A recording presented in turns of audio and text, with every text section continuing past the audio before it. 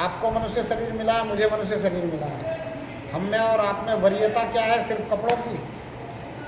सिर्फ आप भेष को नमन कर रहे हो, ये नहीं होना चाहिए। कपड़ा रंगाया नहीं भय जोगिया, मनवा रंगाया भय जोगिया। तो मन अगर मेरा रंगा है और मैं जोगी हूँ तो उससे आपको क्या फ़ायदा है? मैं तो अपने लिए कर रहा हूँ, जो जैसा करेगा वैसा भरेगा।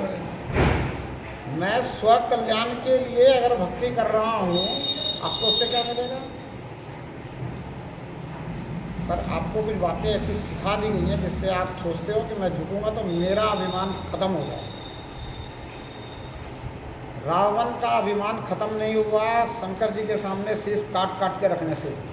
अभिमान खत्म नहीं होता ऐसे कुछ डाल देने से या झुक जाने से या कह देने से कि मैं समर्पित हो गया। अभिमान खत्म होगा आपके चिंतन से। जिस दिन आपके चिंतन बन जाएगा, आपके अंदर विचारधारा बन जाएगी, उस दिन आपके अंदर अभिमान नहीं रहेगा, स्वाभिमान भी नहीं रहेगा। फिर तो आप कहोगे जो कुछ है सो तू ही है, तेरे सिवा और कुछ होने वाला नहीं है। मैं तो कुछ हूँ ही नहीं, तो काहे का अभिमान और काहे का स्वाभिमान? कुछ नहीं रहेगा। और ये जो कण-कण में परमात्मा बोलते हैं, तो यहाँ भी परमात्मा है कि नहीं है? और जिसके झुक रहे हैं उसके परमात्मा को परमात्मा में झुका रहे हैं। झुकने का मतलब है आपका हृदय झुकना चाहिए। और भारतीय परंपरा थी पहले से प्रणाम, और इस कोरोना ने दोबारा सिखाया आपको कि बस हाथ जोड़ो, इतना बहुत है। हाथ जोड़ो श्रद्धा से, भाव से, हृदय से भावपूर्ण हो आप, तो हाथ अपने आप जुड़ जाएंगे। ये कोरोना ने सिखाया। अब देखो मैं कहीं से आ रहा हूँ चल के, कोई भी कहीं से चल के आ रहा है, ज़रूर उसके पैरों में गंदगी लगी हो। कहते हैं पैर छूने चाहिए। अब आपने पैर छुआ तो आपके हाथों में गंदगी आ गई। आपने उस हाथ को धोना नहीं है क्योंकि आप बहुत भावपूर्ण हो, श्रद्धापूर्वक छू रहे हो। आप कहाँ हाथ धोने की चाल रखोगे? आपको कहाँ पता मैं गंदगी छू के आ रहा हूँ? क्यों छू रहे हो? सिर्फ और सिर्फ माता पिता के चरण छूने चाहिए, वो भी उस समय जिस समय वो स्नान करके घर पे हो और आपने भी स्नान किया। स्वच्छता का विशेष ध्यान रखना है, क्योंकि स्वच्छता के विशेष ध्यान नहीं रखोगे तो बीमारी है। इसका आपने देख लिया कोरोना में, ये आपको प्रमाण मिल गया और मुझे बताने के लिए बहुत आसान हो गया। अगर मैं इससे पहले किसी को बताता तो वो मानने के तैयार नहीं था। वो तो कहता है कि नहीं, वहाँ तो जो है एक कॉस्मिक ऊर्जा है, और जैसे ही मैं उनके चरण छूता हूँ, मेरे सर पे हाथ रखते हैं, वो कॉस्मिक ऊर्जा जो है एक दूसरे में परिवर्तित होती है। मैं उससे फ़ायदा क्या होगा? अगर उनसे तेरे में आएगी तो तेरे से उनमें भी चली जाएगी। ये वैज्ञानिक तथ्य को समझो। अगर आप मेरे सर पे हाथ रखते हो, मैं आपके चरणों में हाथ लगाता हूँ, एक सर्कल बन गया। तो आपसे अगर मेरे में आएगी तो मेरी वाली आप में चली जाएगी। फायदा क्या होगा? वैज्ञानिक तथ्यों को लेकर के हम साथ में चलें और हमारी धार्मिकता इस बात पे कायम हो कि परमात्मा एक है। कि आप सभी मानते हो कि नहीं परमात्मा एक है कि नहीं? हम चाहे अनेक रूपों में मानते हो, पर है तो एक ही। तो जब परमात्मा एक है और ये कण-कण में है, सब जगह है, तो मुझ में भी है, तुझ में भी है, मुझ में भी राम है, तुझ में भी राम है, मेरे और तेरे बीच में राम ही राम है। फिर इसके लिए जो है तेरे मेरे बीच में जो है कोई बड़प्पन वाली बात नहीं है कि तू बड़ा है या मैं छोटा। हाँ, एक बात है कि जो आचार्य है, जो शिक्षक है, वो ऊपर रहे, जो साधक है, जो श्रोता है, वो नीचे रहे, और जो आचार्य शिक्षक कुछ कह रहा है उसको आंखों में आंखें मिला करके सुने और ध्यान से सुने, एकाग्रचित होकर सुने, और उस पर फिर बाद में चिंतन करे, मनन करे, मंथन करे। अच्छी हो तो उस पर चले, सुन लिया, कुछ भी किसी ने बोल दिया उस पर चल लिया, मतलब कुछ नहीं। किसी ने कहा कि सुनो सबकी और करो मन की, तो मैंने कहा अगर मन की करनी थी तो सुनो क्यों सबकी भैया? ज़रूरत क्या है? जब करनी मन की है फिर सबकी क्यों सुनो? तो अगर सबकी सुनते हो और सुननी चाहिए, सबकी सुनो, तो फिर उसमें से जो सबसे अच्छी है वो करो। मन की क्यों करो? मन तो इंद्रियों का राजा, मन तो इंद्रियों तक खींच के ले जाएगा। मन तो कामनाएं पैदा करता है, मन तो इच्छाएं पैदा करता है, मन तो भ्रम में रहता है, मन तो जितना मिल जाए उससे और कहीं ज़्यादा चाहता है। मन तो ये समझा रहा है कि तू बिल्कुल हमारा हमारा अजर हमारा विनाशी है, तू इस सराय में थोड़ी रह रहा है। और हमें तो बुद्धि ये कह रही है, विवेक ये कह रहा है, हमें जो है पशुओं से ऊंचा इसलिए दर्जा दिया गया क्योंकि हमारे पास विवेक है। उस विवेक से हम समझ रहे हैं कि ये सराय है और इस सराय को एक दिन हमें अलविदा कहना है। और ये शरीर भी किराए का मकान है, इसको भी अलविदा कहना है। मैं शरीर नहीं हूँ और मैं मेरे लिए क्या करता हूँ ये मुझे अब सोचना है। मैं शरीर के लिए बहुत कुछ करता हूँ, शरीर को अच्छा खिलाता हूँ, मैं सोचता हूँ मैं खा लिया। अरे मैं तो आत्मा हूँ, मैं तो खाने पीने वाला हूँ नहीं। आत्मा खाती पीती नहीं है, आत्मा अजर हमारा विनाशी है, आत्मा परमात्मा का अंश है। जब आत्मा ही खाती पीती नहीं तो परमात्मा भी खाता पीता नहीं है। अब सोचना है कि हम क्या कर रहे हैं, क्यों कर रहे हैं, कैसे कर रहे हैं, कितना कर रहे हैं। चलो मैं अभी अपना परिचय दे देता हूँ छोटा सा। ये बात उठी तो इसका भी ज़रूरी था निवारण करना। मैं 89 से घर से निकला हूँ और 89 से लेकर के 2005 तक मैं संत नहीं बना, मैं साधक ही बना रहा। इसका कारण था कि मैं रामसुख दास जी से 87 में मिला और रामसुख दास जी की एक बात मुझे बड़ी अच्छी लगी कि मैं शिष्य नहीं बनाता हूँ, मैं चेला नहीं बनाता, मैं संत ही बनाता हूँ।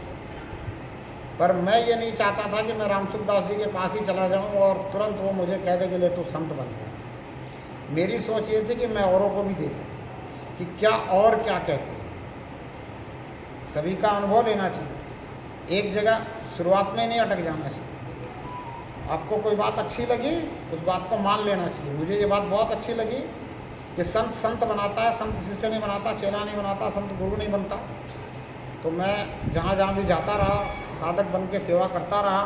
और जिसने भी मुझे कहा कि मैं आपको अब शिष्य बना लेता हूँ, चेला बना लेता हूँ, मैं वहाँ से अपना आसन उठा के दूसरी जगह रवाना।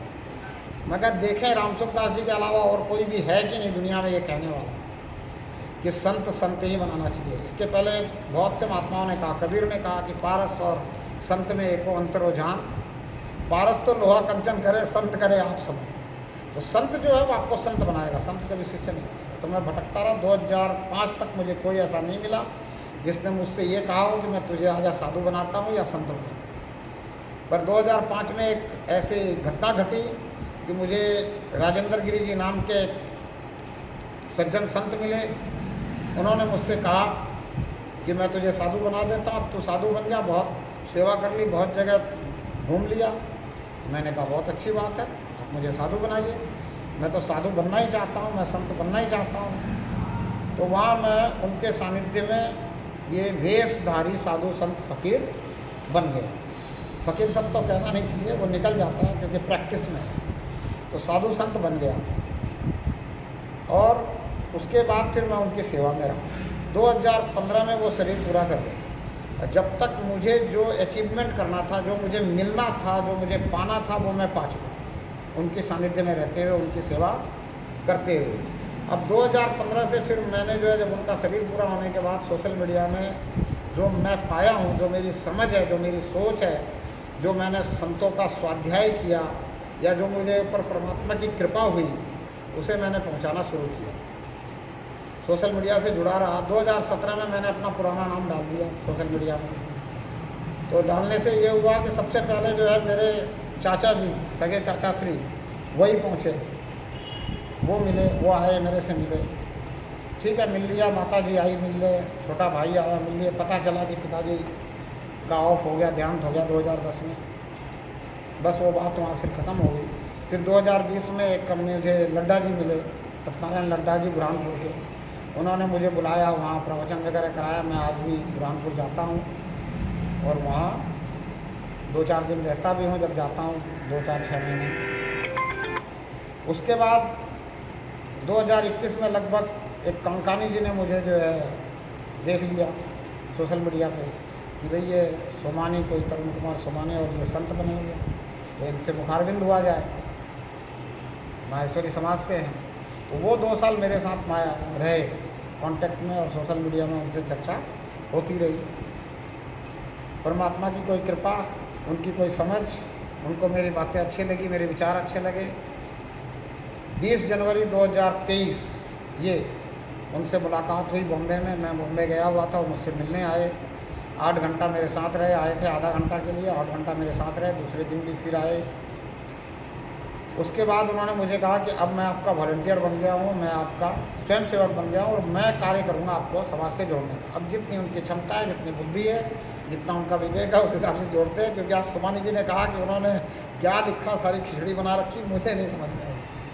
क्योंकि सोमानी जी है पॉइंट टू पॉइंट पत्रकार हैं, ये इस लाइन में है, तो पॉइंट टू पॉइंट बात चाहिए इनको, तो पॉइंट टू पॉइंट बात करने वाला। और वहाँ क्या है कि आम आदमी को भूमिका चाहिए, तो वो भूमिका बना के बात करते हैं ऐसे। फिर अब जो है उसी श्रृंखला में श्याम सुंदर जी सोमानी से उनकी बात हुई होगी, उनको पता चला कि भाई कोई माहेश्वरी संत है। मैं उस समय दिल्ली में ही था और माहेश्वरी समाज के लोगों से मिल रहा था, बसंत बांगड़ जी से मिलने के लिए गया हुआ था। उसकी व्यवस्था एक महेश जी राठी हैं अजमेर के, वो वहीं रहते हैं बॉम्बे में।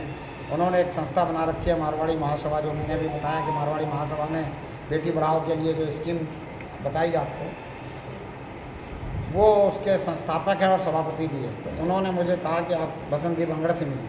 वो 81 ईयर्स के ओल्ड समाज सेवक हैं। पहले सबसे पहले उन्होंने जो है युवा संस्था बनाई थी माहेश्वरी सभा की, और अब वो माहेश्वरी इंटरनेशनल के नाम से एक संस्था चला रही है। तो उनसे मिला, उनसे मुखारबिंद हुआ, उनको नीम का पौधा भेंट किया।